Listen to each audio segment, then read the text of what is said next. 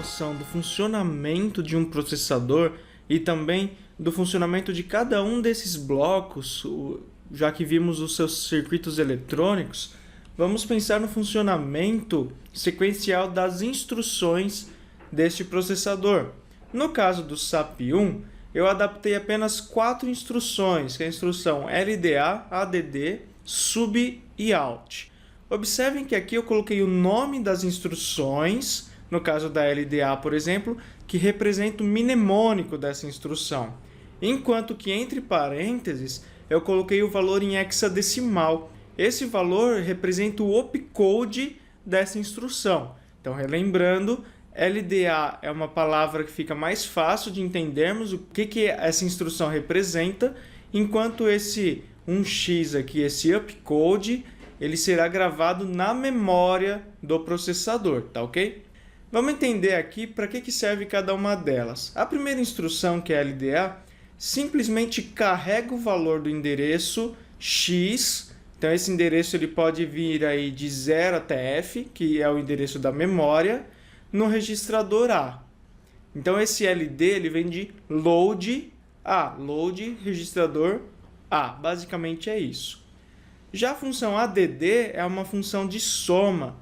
Ela é representada aí pelo opcode 2, então esse 2 representa aqui a instrução ADD, e o x representa o valor que eu quero somar. Então aqui tem a descrição, realiza a soma do valor do endereço que eu colocar aqui, da memória, com o valor contido no registrador A. Então nesse caso fica bem claro que para fazer uma soma, não basta eu utilizar a instrução soma. Eu preciso primeiramente carregar um valor no registrador A, utilizando aí para isso a instrução LDA, e somente depois usar aí a instrução ADD, onde ela vai somar o valor dessa posição da memória com o registrador A. A mesma coisa para a função de subtração. Então aqui eu tenho o mnemônico e aqui eu tenho o opcode 3, que representa a instrução de subtração. Ela vai fazer a subtração do que está no acumulador com o valor que está dentro dessa posição de memória.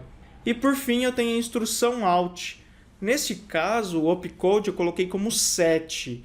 E eu não coloquei x aqui porque a instrução OUT que eu adaptei, ela simplesmente pega o valor do registrador A e apresenta no display. Então não necessariamente eu preciso pegar um valor da memória, eu já tenho um valor que está dentro do registrador A neste caso, beleza? Então a partir de agora vamos ver o funcionamento de cada uma delas, bem passo a passo, utilizando o diagrama de blocos. A primeira instrução que nós vamos ver o funcionamento é a instrução LDA, ou seja, load registrador A. Pega um valor da memória e carrega no registrador A. Nesse caso eu estou usando apenas uma memória, então o que eu fiz? As primeiras posições dessa memória, elas vão me representar o programa. Então, nesse caso, a posição 0 da memória, eu tenho aqui o opcode 1F em hexa. Relembrando, o 1 representa o LDA. O F representa a posição de memória que eu quero carregar no registrador A. E como eu estou usando a mesma memória, esse F é da mesma memória, então está aqui embaixo. Ó. Na posição F eu tenho o valor 3C em hexadecimal. No final dessa operação toda, eu tenho que ter dentro do registrador A, que eu chamei aqui de acumulador também, o valor 3C em hexadecimal. Vamos ver então como que ele funciona. O primeiro passo para que ele funcione corretamente, para que ele execute, é necessário que o Program Counter envie para a memória o primeiro endereço que deve ser executado, que nesse caso, obviamente, é o endereço 0. Então, o Program Counter ele começa a contagem já no endereço 0. Esse valor tem que ser passado para o registrador de endereçamento da memória, que é o MAR. O primeiro pulso de clock que eu executo deve vir para o valor do Program Counter, deve ser passado para o MAR. Dentro do MAR eu vou ter o valor que corresponde ao que estava dentro do Program Counter. O meu barramento está com esse valor aqui por enquanto. E diretamente o MAR passa esse valor para os pinos de endereçamento da memória.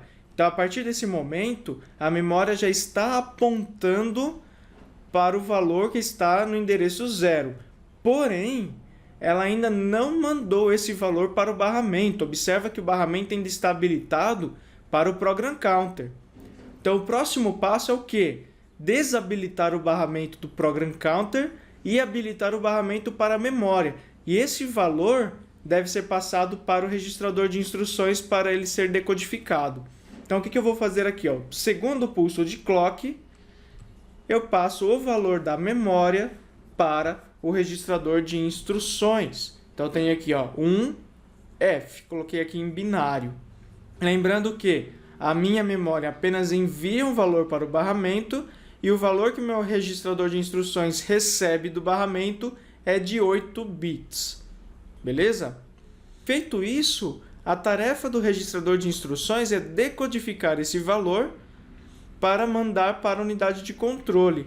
No caso deste processador, a decodificação simplesmente é pegar esse valor todo que ele fez a leitura da memória e quebrar no meio. Então, nesse caso, o que ele vai fazer? Esse 0001, que representa apenas o opcode da instrução LDA, vai ser enviado para a unidade de controle, enquanto esse F será passado de volta para o MAR para acessar esse próximo endereço da memória. Então, o terceiro pulso de clock faz exatamente isso.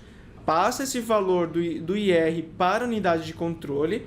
A partir desse momento, ela sabe quais são os próximos passos que devem ser tomados, já que ela entende que esse valor representa o LDA, e ele passa o valor F, manda de volta aqui para o barramento, para o MAR. Então, o registrador de endereçamento da memória, que estava com tudo 0, que tinha vindo do Program Counter, agora possui o valor tudo 1, que é o F. E esse valor vai vir para a memória. E agora a memória vai apontar um outro valor, não mais o 1F, e sim o valor 3C, que é o que está dentro da posição F da memória. A partir desse momento, eu já tenho apontado aqui na memória, eu já dei o meu terceiro pulso de clock, o valor que eu quero passar para o registrador A. Minha próxima tarefa é liberar o acesso aqui do meu barramento e pegar esse valor e mandar para o registrador A. Então, o próximo pulso de clock, que é o quarto, eu libero o barramento e passo o valor que está na memória, na posição F da memória, para o registrador A. Esse foi o quarto pulso de clock do meu processador. A partir desse momento, se eu já tenho o valor 3C em hexa dentro do registrador A, minha instrução foi completada, já que o LDA, a função dele era pegar um valor que estava na posição tal da memória, nesse caso a posição F, e jogar no registrador A. Simplesmente isso. E finalizamos a instrução LDA. Na próxima aula eu irei apresentar a função de soma e a função de saída. Então, até mais.